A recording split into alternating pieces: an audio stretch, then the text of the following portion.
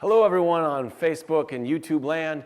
Thanks for joining us today for Bible Club, Luke chapter 12.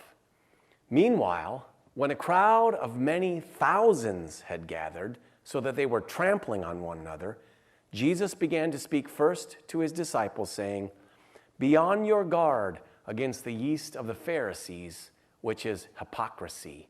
There is nothing concealed that will not be disclosed, or hidden that will not be made known. What you have said in the dark will be heard in the daylight, and what you have whispered in the ear in the inner rooms will be proclaimed from the roofs. I tell you, my friends, do not be afraid of those who kill the body, and after that can do no more. But I will show you whom you should fear. Fear him who, after your body has been killed, has authority to throw you into hell. Yes, I tell you, fear him. Are not 5 sparrows sold for 2 pennies? Yet not one of them is forgotten by God. Indeed, the very hairs of your head are all numbered. Don't be afraid. You are worth more than many sparrows. I tell you, whoever publicly acknowledges me before others, the Son of Man will also acknowledge before the angels of God.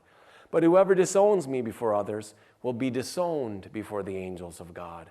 And everyone who speaks a word against the Son of Man will be forgiven. But anyone who blasphemes against the Holy Spirit will not be forgiven. When you are brought before synagogues, rulers, and authorities, do not worry about how you will defend yourselves or what you will say, for the Holy Spirit will teach you at that time what you are to say." Someone in the crowd said to him, "Teacher, tell my brother to divide the inheritance with me." Jesus replied, "Man, who appointed me a judge or an arbiter between you?" Then he said to them, "Watch out. Be on your guard against all kinds of greed. Life does not consist in an abundance of possessions." And he told them this parable. The ground of a certain rich man yielded an abundant harvest. He thought to himself, "What shall I do? I have no place to store my crops." Then he said, "This is what I'll do. I will tear down my barns and build bigger ones, and there I will store my surplus grain. And I'll say to myself, 'You have plenty of grain laid up for many years. Take life easy, eat, drink, and be merry.' But God said to him, 'You fool, this very night your life will be demanded from you.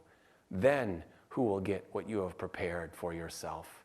This is how it will be with whoever stores up things for themselves, but is not rich toward God." Then Jesus said to his disciples, "Therefore I tell you, do not worry about your life, what you will eat, or about your body, what you will wear. For life is more than food, and the body more than clothes. Consider the ravens. They do not sow or reap.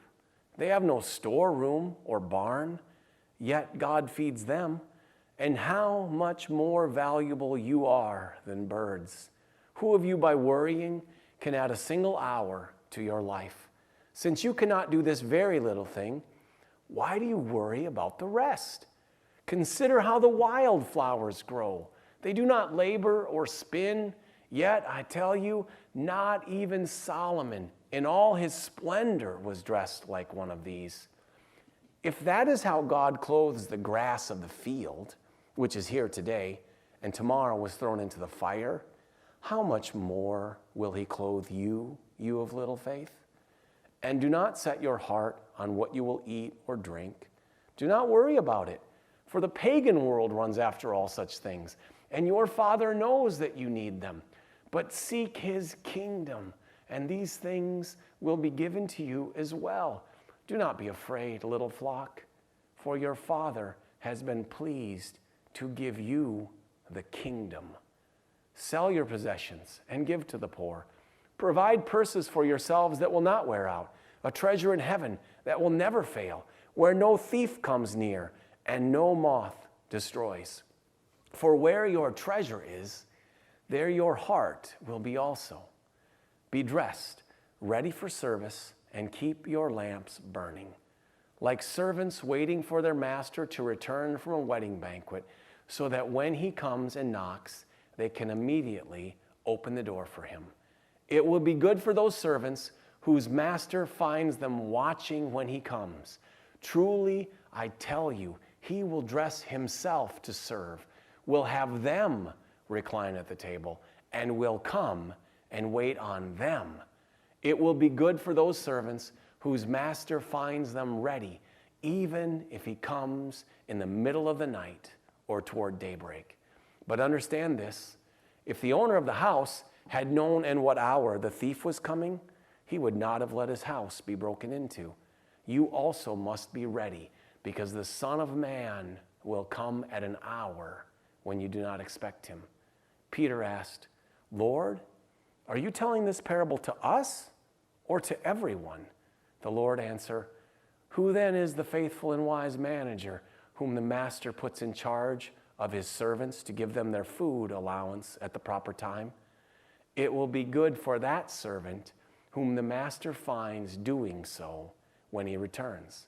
Truly, I tell you, he will put him in charge of all his possessions. But suppose the servant says to himself, my master's taken a long time in coming, and then begins to beat the other servants, both men and women, and to eat and drink and get drunk.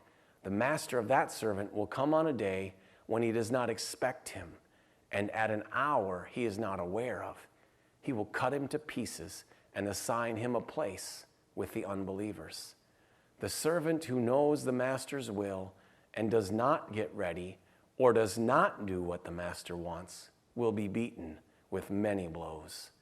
But the one who does not know and does things deserving punishment will be beaten with few blows. From everyone who has been given much, much will be demanded. And from the one who has been entrusted with much, much more will be asked. I have come to bring fire on the earth, and how I wish it were already kindled. But I have a baptism to undergo, and what constraint I am under until it is completed. Do you think I came to bring peace on earth? No, I tell you, but division.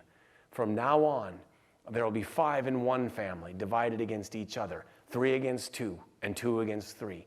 They will be divided, father against son, and son against father, mother against daughter, and daughter against mother, mother-in-law against daughter-in-law, and daughter-in-law against mother-in-law. He said to the crowd, when you see a cloud rising in the west, immediately you say, it's going to rain, and it does. And when the south wind blows, you say, it's going to be hot, and it is. Hypocrites, you know how to interpret the appearance of the earth and sky. How is it that you don't know how to interpret this present time? Why don't you judge for yourselves what is right?